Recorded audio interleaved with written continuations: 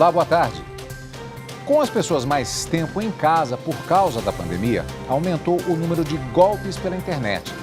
Os assuntos para chamar a atenção das pessoas variam de vendas de carro à vacina contra a Covid-19.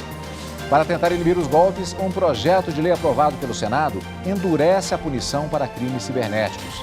Alguns delitos passam a ser submetidos à prisão preventiva. No Jornal da Justiça de hoje, vamos falar sobre a legislação que trata do assunto. Vamos aos outros destaques. Ministro Alexandre de Moraes, do Supremo Tribunal Federal, autoriza medidas cautelares em operação da Polícia Federal que envolve o Ministério do Meio Ambiente. Moraes determinou a quebra de sigilo do ministro do Meio Ambiente, Ricardo Salles, e o afastamento do cargo do presidente do IBAMA, Eduardo Bin.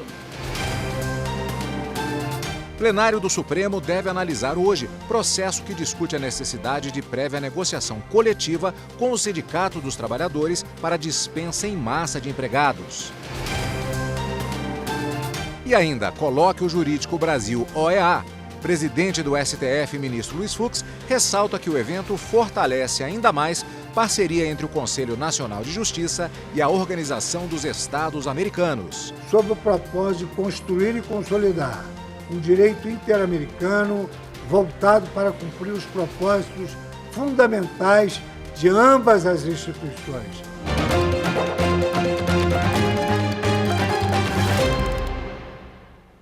O ministro Alexandre de Moraes, do Supremo Tribunal Federal, autorizou o cumprimento de mandados judiciais em operação que investiga exportação ilegal de madeira para a Europa e Estados Unidos. Entre os alvos estão Ricardo Salles, ministro do Meio Ambiente, e Eduardo Bin, presidente do IBAMA. O ministro Alexandre de Moraes determinou a quebra dos sigilos bancário e fiscal do ministro do Meio Ambiente, Ricardo Salles, e o afastamento preventivo de Eduardo Bin, do comando do IBAMA, e de outros 9 agentes públicos que ocupavam cargos e funções de confiança. O ministro do STF também suspendeu a aplicação de um despacho emitido em fevereiro do ano passado que permitiu a exportação de produtos florestais sem a necessidade de autorização. 160 policiais federais estão envolvidos na operação. Eles cumprem 35 mandados judiciais no Distrito Federal, no Pará e em São Paulo. As investigações começaram em janeiro, segundo a PF, a partir de informações obtidas com autoridades estrangeiras, que denunciaram um possível desvio de conduta de servidores públicos brasileiros no processo de exportação de madeira para a Europa e para os Estados Unidos. A nossa produção tentou contato com o Ministério do Meio Ambiente e com o IBAMA durante toda a manhã, mas até o momento não houve retorno. A Justiça Carioca manteve o foro especial por prerrogativa de função do prefeito do Rio de Janeiro, Eduardo Paes, na ação penal em que ele é investigado por desvio de dinheiro nas Olimpíadas de 2016.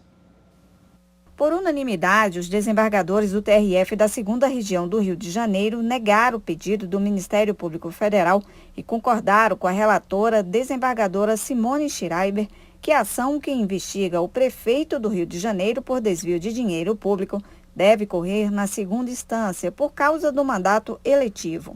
O Ministério Público Federal havia entrado com recurso contra o foro especial do prefeito e queria que o processo voltasse para juízo de 1º grau. O MPF acusa o prefeito Eduardo Paes de ter montado um esquema fraudulento para contratar as empreiteiras OAS Queiroz Galvão para construir o complexo esportivo de Deodoro, zona norte do Rio, nas Olimpíadas de 2016. As obras foram orçadas em cerca de 647 milhões de reais a serem pagos com verbas federais.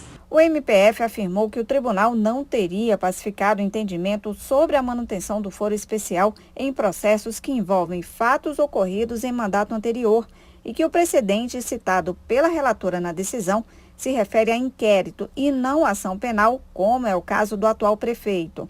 Para a relatora, a desembargadora Simone Schreiber, os crimes imputados a Eduardo Paes têm conexão com o exercício do cargo eletivo que ele voltou a ocupar por ser reeleito e, por isso, ficou restabelecida a relação dos fatos investigados com o prefeito carioca. O ministro Carlos Horbach tomou posse ontem como ministro efetivo do Tribunal Superior Eleitoral. A sessão solene de posse foi feita de forma virtual. Participaram da sessão solene o presidente da Câmara dos Deputados, Arthur Lira, a vice-presidente do Supremo Tribunal Federal, ministra Rosa Weber, o presidente do Superior Tribunal de Justiça, ministro Humberto Martins e outras autoridades. A cerimônia foi realizada de forma virtual por causa da pandemia de Covid-19. Declaro aceitar o cargo de ministro efetivo do Tribunal Superior Eleitoral, para o qual fui nomeado, e prometo bem e fielmente cumprir as atribuições e deveres respectivos em harmonia com a Constituição e as leis da República. Aos 18 dias do mês de maio do ano de 2021, em sessão solene do Tribunal, tomou posse no cargo de ministro efetivo o excelentíssimo senhor ministro Carlos Bartits Horbach. E aqui entre nós, no Tribunal Superior Eleitoral, tomou posse na função de ministro substituto em 12 de setembro de 2017, com posterior recondução em 18 de dezembro de 2019.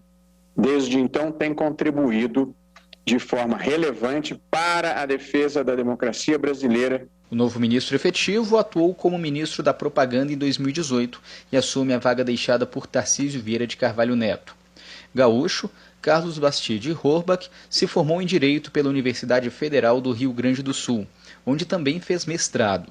É doutor em Direito do Estado pela Universidade de São Paulo e atualmente também é professor pela USP. O plenário do Tribunal Superior Eleitoral é formado por 3 ministros do Supremo Tribunal Federal, 2 ministros do Superior Tribunal de Justiça e 2 ministros da classe dos advogados, de onde vem o ministro Carlos Horbach. A primeira sessão do Superior Tribunal de Justiça definiu que pagamento administrativo de benefício previdenciário não altera a base de cálculo de honorários. Por unanimidade, o colegiado entendeu que devem ser computadas na base de cálculo para a fixação dos honorários advocatícios as parcelas do benefício previdenciário pagas administrativamente no curso da ação, além dos valores decorrentes da condenação judicial. No julgamento de 4 recursos especiais repetitivos, a sessão definiu a tese de tema 1050. Ela estabelece que o eventual pagamento de benefício previdenciário na via administrativa, seja ele total ou parcial, após a citação válida, não tem o condão de alterar a base de cálculo para os honorários advocatícios fixados na ação de conhecimento, que será composta pela totalidade dos valores devidos. Segundo o relator dos repetitivos, o desembargador convocado, Manuel Erarte, ao estabelecer os critérios para o arbitramento dos honorários de sucumbência, o Código de Processo Civil incluiu o proveito econômico. Para ele, o conceito de proveito econômico não equivale ao valor executado a ser recebido em requisição de pagamento, mas ao proveito jurídico materializado no valor total do benefício que foi concedido ao segurado por força de decisão judicial conseguida por meio da atividade laboral exercida pelo advogado. O desembargador Manuel Erarte observou que o valor da condenação abarca a totalidade do proveito econômico a ser recebido pela parte beneficiária em decorrência da ação judicial, não se limitando ao montante controvertido ou pendente de pagamento. O magistrado pontuou ainda que o STJ tem entendimento firmado no sentido de que os valores pagos administrativamente devem ser compensados na fase de liquidação do julgado, mas essa compensação não deve interferir na base de cálculo dos honorários sucumbenciais, que deverá ser composto pela totalidade dos valores devidos. A revista Justiça e Cidadania, com o apoio do Superior Tribunal de Justiça, vai promover no dia 31 de maio o webinar 120 dias da nova Lei de Recuperação e Falência, como parte do projeto Conversa com o Judiciário. Ministros, magistrados, advogados e administradores judiciais vão apresentar diferentes visões sobre os processos de recuperação judicial e falências. O evento vai avaliar as alterações da lei e a atuação do Conselho Nacional de Justiça no aperfeiçoamento dos processos. O webinar, com início às 11 da manhã, vai ser transmitido pelo canal no YouTube da revista Justiça e Cidadania. E você vai ver a seguir os cuidados para evitar cair em golpes pela internet. Assunto para o próximo bloco.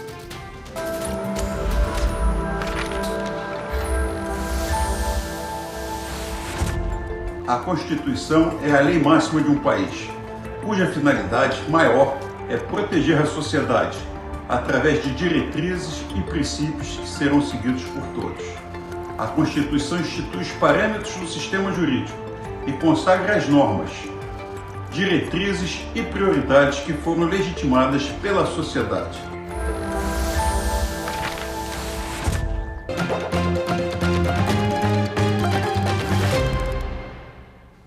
Com autorização da Justiça, a Polícia do Distrito Federal realizou hoje uma operação para identificar e reprimir fraudes a concursos públicos no DF.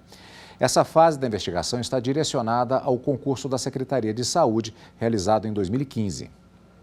Os policiais cumpriram 7 mandados de prisão temporária e 7 mandados de busca e apreensão. Sendo 4 deles servidores, que aparentemente ingressaram ilicitamente nos quadros da instituição, e outros 3 suspeitos de estarem envolvidos nessas fraudes, sendo que na residência de um deles foi encontrada também uma espingarda ilegal. Ele acabou sendo também preso em flagrante pela posse ilegal dessa arma de fogo. Os suspeitos podem ser indiciados por crimes de fraude a certame, organização criminosa, uso de documento falso e corrupção ativa, cujas penas somadas podem ultrapassar 30 anos de prisão. Pesquisas apontam que, com a pandemia e mais pessoas em casa, o número de golpes pela internet tem aumentado. É preciso redobrar os cuidados para não virar mais uma vítima desses crimes. Quase sempre, a trama começa com uma proposta tentadora. Neste exemplo, uma mensagem enviada pelo Ministério da Saúde para agendamento da vacina contra a Covid-19. Basta seguir as orientações e confirmar um protocolo que será encaminhado por SMS. Mas, na realidade, é um golpe. Depois que a vítima segue as orientações e digita os números recebidos pelo SMS, os criminosos bloqueiam o WhatsApp dela. Com a agenda de contatos, os golpistas fingem ser aquela pessoa e passam a pedir dinheiro para amigos e parentes dela. Segundo o levantamento do Laboratório de Segurança Digital DF-NDR Lab, só no Brasil, no primeiro semestre de 2020, foram 5.800.000 golpes desse tipo no WhatsApp. Mas clonar o número e pedir dinheiro é apenas um exemplo das várias formas de crimes virtuais. Considerando todos os tipos, foram registrados mais de 2 bilhões e 600 milhões de ataques cibernéticos no país. Este print mostra a conversa de um possível golpista falando com uma pessoa que anunciou a venda de um carro e pedia um vídeo com detalhes do veículo. Já neste outro, o criminoso tentou se passar por uma confirmação automática de um site de vendas, mas acabou perdendo a paciência ao ser questionado. André passou por um golpe de clonagem no WhatsApp. Quando respondeu o SMS com o código que os golpistas mandaram, o WhatsApp dele travou. Eu já tinha a configuração em 2 etapas. Provavelmente por isso que eles não conseguiram acessar meu WhatsApp. Conseguiram clonar, mas não conseguiram acessar. E acabaram que não deixaram nenhum prejuízo para ninguém, não mandaram mensagem também para ninguém. A configuração em 2 etapas no WhatsApp é uma medida de segurança oferecida pelo aplicativo e é simples acionar. Basta clicar no ícone no canto direito da tela, depois ir em Configurações, Conta e Confirmação em 2 etapas, clicar em Ativar e coloque uma senha. Este advogado especialista em direito digital diz que a medida é importante e também dá outras dicas. Não clicar em links que você não sabe a procedência, não efetuar pagamentos de boletos que você não sabe, não checou todas as informações, são medidas simples e largamente utilizadas pelos criminosos. Uma outra medida, também muito simples, é mudar periodicamente suas senhas e garantir que elas tenham um padrão de força mínimo. Não adianta colocar senhas como 1, 2, 3, 4.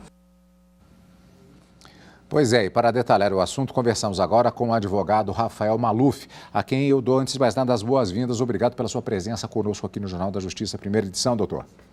Agradeço, é um prazer estar aqui e uma ótima tarde.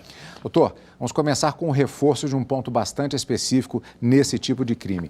Vacina para Covid-19. O Ministério da Saúde alerta que não faz esse tipo de serviço. Quer dizer, desculpe a expressão, é uma cara de pau muito grande fazer oferta, até mesmo em uma situação como a que vivemos de pandemia. Sim, não há dúvida. E a participação do próprio Ministério da Saúde para alertar a população também é muito importante. Veja, esse tipo de crime, ele vai se amoldando, né, se moldando às necessidades da população. Então, hoje, uma mensagem como essa, referente à vacina, é muito fácil você conseguir aí enganar o cidadão. E, veja, conforme a necessidade da sociedade vai surgindo, esses crimes vão se modificando. Ano que vem, nós teremos eleição.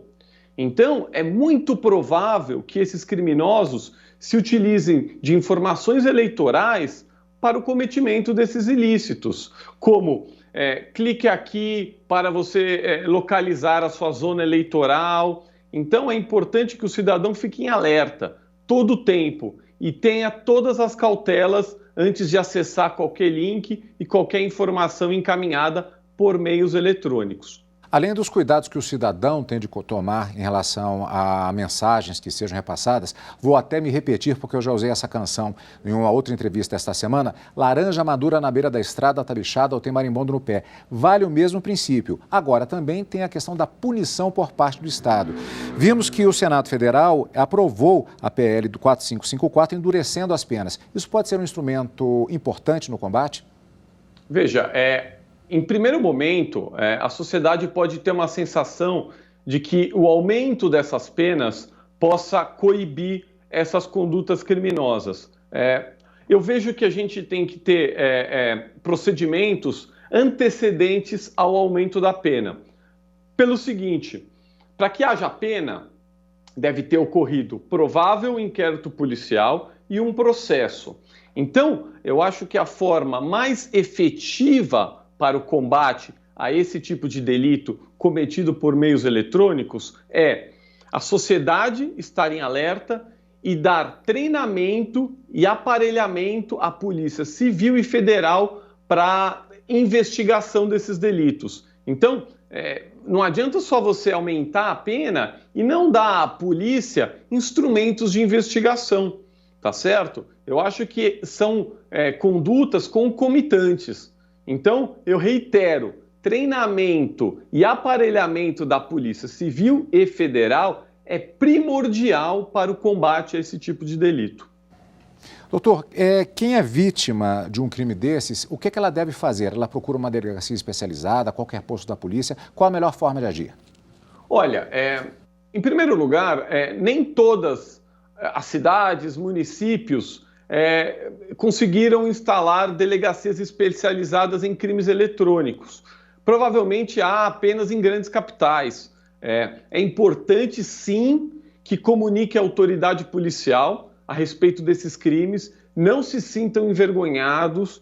Muitas vítimas se sentem envergonhadas de ter caído neste golpe. É importante que haja investigação, tá? E mais importante do que isso, precisam identificar o autor dos fatos, tá? Porque muitas vezes a impunidade, o sentimento de impunidade vem sobre a não localização e identificação do autor. Então essa comunicação à polícia é importante, sobretudo para a identificação dos autores desse delito. Doutor, muito obrigado pela sua participação para falar a respeito do importante combate a esse tipo de crime, característica bastante do nosso tempo. Muito obrigado pela participação. Sou eu que agradeço. Foi um prazer. E você vai ver a seguir, plenário do Supremo Tribunal Federal deve analisar hoje processo que discute a necessidade de prévia negociação coletiva com o Sindicato dos Trabalhadores para dispensa em massa de empregados. Nós voltamos já.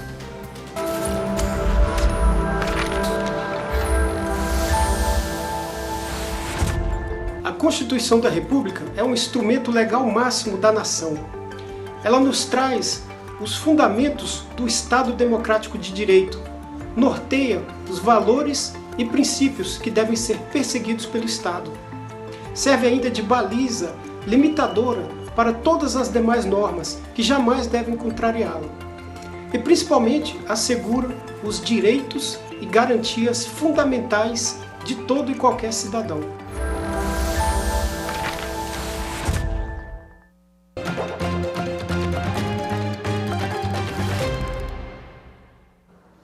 Conhecer as boas práticas jurídicas vivenciadas no Brasil nos últimos tempos. Este é o objetivo do primeiro colóquio jurídico Brasil-OEA, Boas Práticas do Direito Brasileiro. A abertura foi nesta terça-feira. A segunda parte do evento será no dia 26 de maio. Organizado pelo Conselho Nacional de Justiça e pela Organização dos Estados Americanos, o encontro por videoconferência busca promover a troca de experiências e a disseminação da cooperação jurídica internacional no âmbito dos 35 países membros da organização. Este primer coloquio y compartir las buenas prácticas del derecho brasileño a través de las experiencias del Poder Judicial. Presidentes dos tribunais superiores participaram da abertura. O estabelecimento de uma agenda permanente de divulgação e intercâmbio de boas práticas no âmbito dos poderes judiciários dos países que compõem a Organização dos Estados Americanos, por certo, propiciará o cumprimento de outras agendas internacionais igualmente importantes, como, por exemplo, a adoção dos Objetivos de Desenvolvimento Sustentável, da Agenda 2030. Nós podemos observar um compromisso de cumprir os princípios constitucionais da celeridade, do devido processo legal, acesso à justiça e eficiência. E o cumprimento, né, da Constituição da República e o projeto intergeracional do Poder Judiciário e, em especial, também da Justiça do Trabalho. Entre os temas tratados nos painéis estão meio ambiente, direitos humanos, agronegócio, direito do consumidor, revolução tecnológica do judiciário e o enfrentamento à violência contra a mulher. O presidente do CNJ e do Supremo Tribunal Federal, ministro Luiz Fux, começou o seu pronunciamento se solidarizando com as vítimas da Covid-19. Essas vítimas têm nome e sobrenome. Não são apenas estatísticas, são amigos, avós, pais, filhos e netos que deixam saudade nas famílias que constituíram. Nesse sentido, devemos honrá-los, destinando todos os esforços possíveis em prol da superação dessa crise sanitária e econômica. O presidente também ressaltou que o evento fortalece ainda mais a parceria entre o CNJ e a OEA. Este evento há de consolidar a parceria constante entre o CNJ e a OEA sob o propósito de construir e consolidar um direito interamericano voltado para cumprir os propósitos fundamentais de ambas as instituições. O encerramento do evento será no dia 26 de maio. E hoje é quarta-feira, portanto, daqui a pouco tem sessão plenária no Supremo Tribunal Federal. A consultora jurídica da TV Justiça, Gisele Reis, traz os destaques da pauta de julgamentos. O primeiro item da pauta discute o entendimento do Tribunal Superior do Trabalho sobre a necessidade de prévia negociação coletiva com o Sindicato dos Trabalhadores para a dispensa em massa de empregados. O caso envolve ato da Empresa Brasileira de Aeronáutica, que cortou vários postos de trabalho sob a alegada necessidade de redução dos custos em razão de crise na economia. Por ter repercussão geral reconhecida, a decisão do STF sobre esse assunto atinge as relações trabalhistas como um todo e tem dimensões sociais e econômicas.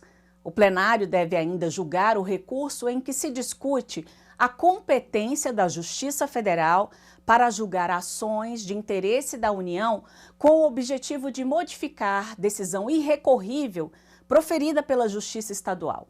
Por fim, os ministros podem concluir a análise da ação em que o Conselho Federal da Ordem dos Advogados do Brasil pede para que o STF declare a inconstitucionalidade de alguns dispositivos de duas leis paraibanas, que elevaram os valores das custas judiciais e taxas judiciárias devidas ao Estado.